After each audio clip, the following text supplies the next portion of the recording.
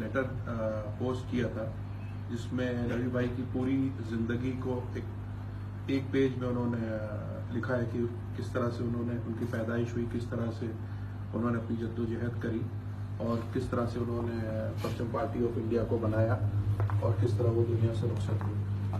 तो मैं वो आपके सामने पढ़ूंगा, क्योंकि वक्त ज़्यादा हो चुका है, हम लोगों ने थोड़ा देर में शुरू किया, इसलिए मैं जल्दी उसको पढ़ने की कोशिश करूंगा। लायन ऑफ अलीगढ़ मरहूम पीरजादा सेज, मियाँ साहबजादे कभी मायूस न होना। मेरा बाप उस वक्त छोड़कर इस दुनिया से रुखसत हो गया जब मेरी उम्र महज 6 साल की थी। मेरी माँ ने हम सब भाई बहनों को बहुत स्ट्रगल से पाला पोसा और बड़ा किया। जब हम अपनी इब्तिदाई तालीम शाहजहांपुर में हासिल कर ली, तब हमारी माँ ने हमें अलीगढ़ के ख्वाब दिखाए। उस जमाने में एक बेवा औरत का घर से बाहर निकलना मुश्किल काम था, लेकिन उस मुश्किल को मेरी माँ ने आसान कर दिया और हम सबको लेकर अलीगढ़ की सरजमीन पर लेकर के आ गए। अलीगढ़ के सफर प्री यूनिवर्सिटी +2 से एक पुरानी सेकेंड हैंड साइकिल के साथ शुरुआत हुई और कुछ दिनों के बाद वो मेरी साइकिल भी नुमाइश के मैदान से चोरी हो गई। गुर्बत का आलम था, बाप का साया भी उठ चुका था, लेकिन अलीगढ़ आने के बाद कहीं ना कहीं वो कौम और मिल्लत के फिक्र का लावा मेरे सीने में धीरे धीरे पनप रहा था। ये सब उन सीनियर्स की तकरीर की वजह से था जिसको मैंने एसएस हॉल के दरवाजे से अक्सर खड़े होकर के सुना था। हालांकि मैं एक स्पोर्ट्समैन था। जिस रिंग पर आज तुम नन्हे मुन्ने बच्चों को स्केटिंग करते देखते हो, मुझे फर्स्ट प्लेस लगाने पर उस वक्त के वाइस चांसलर ने गिफ्ट की थी और मैं यूनिवर्सिटी स्केटिंग क्लब का कप्तान भी रहा था। मेरा एक करीबी दोस्त रूशी भी कप्तान रहा। बीएससी सिविल इंजीनियरिंग में एडमिशन होते ही मेरे बदन में सियासी सरगर्मियां शुरू हुई और मैंने उसको अमली जामा पहनाना शुरू किया, क्योंकि मिल्लत की फिक्र का वो इंजेक्शन अल्लाह ने मेरे खून में डाल दिया था। मुस्लिम यूनिवर्सिटी स्टूडेंट यूनियन का सेक्रेटरी भी मुंतखब हुआ और वहां से मेरा सियासी सफर का आगाज हुआ। माइनॉरिटी कैरेक्टर, अलीगढ़ मूवमेंट, मुस्लिम रिजर्वेशन जैसे और तमाम मसाइल की वजह से कई बार जेल जाने का मौका फराहम हुआ। एमयू एडमिनिस्ट्रेशन के बढ़ते जुल्म ने मुझे बहुत ताकत बख्शी और उस वक्त के वाइस चांसलर सैयद हामिद साहब ने मुझे इंजीनियरिंग के फाइनल ईयर में 5 साल के लिए रेस्ट्रिकेट भी किया, लेकिन मैंने हिम्मत नहीं हारी। मेरी पीठ पहले से और भी मजबूत हो गई। तमाम परेशानियों के बावजूद भी मैं नहीं झुका। मेरे ऊपर 34 मुकदमे, जिसमें 4 डकैती के भी शामिल थे। सरकारी हथकड़ी का वजन कितना होता है ये मुझे बहुत छोटी सी उम्र में पता चल चुका था। एक लंबी लड़ाई के बावजूद मैं वाइस चांसलर हामिद साहब का शुक्रिया अदा करता हूँ कि मेरी सियासी तरबियत में उनका बहुत बड़ा कंट्रीब्यूशन मेरी जिंदगी में रहा।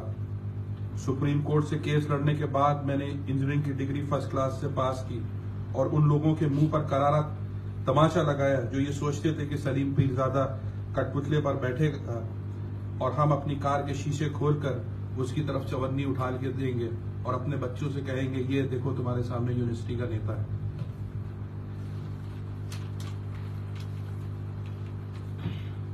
मगर अल्लाह ने मेरी तकदीर में कुछ और ही लिखा था।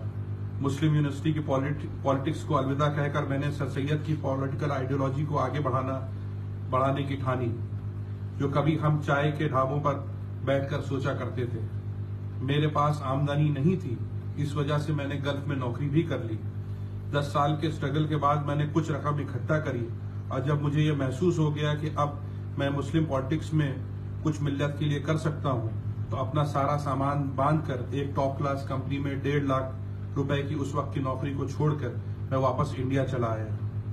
उस ख्वाब को ताबीर करने चला आया जिसमें मैंने और मेरे अहबाबों ने चाय के ढाबों पर कभी देखा था। उसके बाद मैंने इंडियन पॉलिटिक्स की दुनिया में परचम पार्टी ऑफ इंडिया को अपने खून पसीने की कमाई हुई हलाल दौलत से कायम किया और पहले अवामी जलसे में इस बात को वायस कर दिया कि आज भी क़यादत सर सैयद कर रहे हैं और हम उनकी आइडियोलॉजी के पीछे चल रहे हैं। तमाम जद्दोजहद के बाद किसी भी रिचेस्ट क्लास फैमिली मुस्लिम्स ने मेरे कान में आकर ये नहीं पूछा कि पीरजादा साहब, ये मुसलमानों की सियासी तंजीम कैसी चल रही है। सिवाय मशवरे देने के मुझे कौम ने आज तक कुछ न दिया।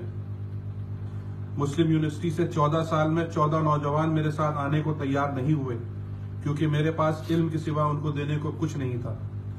ऐसा बिल्कुल नहीं था कि स्टूडेंट्स मेरे पास आते नहीं थे। वो मेरे पास तब आते थे जब उन्हें मुझसे कुछ काम होता या किसी अवामी जलसे में मुझसे सिर्फ तकरीर करानी होती थी। अफसोस होता था ये सोचकर कि वो प्यारे बच्चे मेरी कौम के होते हुए भी मेरे नहीं थे। पता नहीं क्यों उन्हें मेरे परचम में कांटे चुभते दिखते थे, लेकिन माया, मुलायम और अखिलेश भैया पर जवानी कुर्बान करने को वो हर वक्त तैयार रहते थे। लोगों ने अपने अपने सियासी मुशायरे को कामयाब बनाने के लिए मुझे सिर्फ शायर की हैसियत से तरजीह दी और हमेशा याद किया। जब जब मिल्लत खेलना हुआ आ जाते थे मुझ फकीर के गरीब खाने में वक्त गुजारने के लिए। कोई भी मेरे मिशन के साथ चलने को तैयार नहीं हुआ। कुछ लोगों की तरबियत भी की तो आखिर में हमेशा की तरह धोखा ही मिला। 2007 में जब मैंने अलीगढ़ में अपना एमएलए का इलेक्शन लड़ा तो कौम ने मुझे मेरी सारी मेहनतों का नतीजा सिर्फ 1136 वोट के लायक समझा। मेरे ही तमाम करीबियों, अहबाबों ने मेरे ही खिलाफ इलेक्शन लड़ाया, जिसमें यूपी के एक एक्स मुस्लिम मिनिस्टर भी शामिल थे और काफी मुनाफिकीन अलीगढ़ के भी थे। यकीनन ये लोग कूफा के उन लोगों में से थे जिनका दिल तो हुसैन रजी अल्लाह ताला अन्हु के साथ था, लेकिन तलवार यजीद के साथ थी। लेकिन मैंने खुद को हुसैनी होने की नजीर पेश करी। जो सच्चे हुसैनी होते हैं वो पाला नहीं बदलते। इलेक्शन की वो हार मेरी हार नहीं, कौम की बदकिस्मती थी जो मुझे पहचान न सकी, लेकिन मैंने हौसला नहीं हारा। इस बीच तमाम पार्टी से ऑफर आना शुरू हुए, लेकिन मैंने कौम पर फिर भी भरोसा रखा और अपने उसूलों से समझौता नहीं किया और ऐलानिया कहा।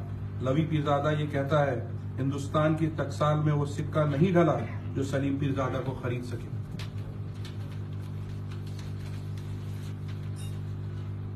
दुनिया की कोई ताकत मुझे झुका नहीं सकती, न तोड़ सकती है, न हरा सकती है। इस सियासी सफर में लोग आए और जो मेरे साथ नहीं लोग आए और मेरा साथ छोड़कर चले गए, और कुछ ऐसे भी थे जो मेरे सीने पे खंजर मार के भी गए, लेकिन वो गम भी मैं पी गया। सीने को चीर कर ओपन हार्ट सर्जरी भी हो गई। बड़ी बहन के साथ लाख मना करने के बावजूद मैं एक बार फिर कौम की खिदमत में हाजिर हुआ। अब मैं इस वक्त वो कांधे तलाश कर रहा हूं जो कांधे मेरे बोझ नहीं, मेरी तंजीम का बोझ उठा सके। मेरा कमिटमेंट सर सैयद से, अपनी कम्युनिटी से, इस इदारे से पूरा हुआ। अब कौम की जिम्मेदारी है वो साथ दे या ना दे। अल्लाह हाफिज।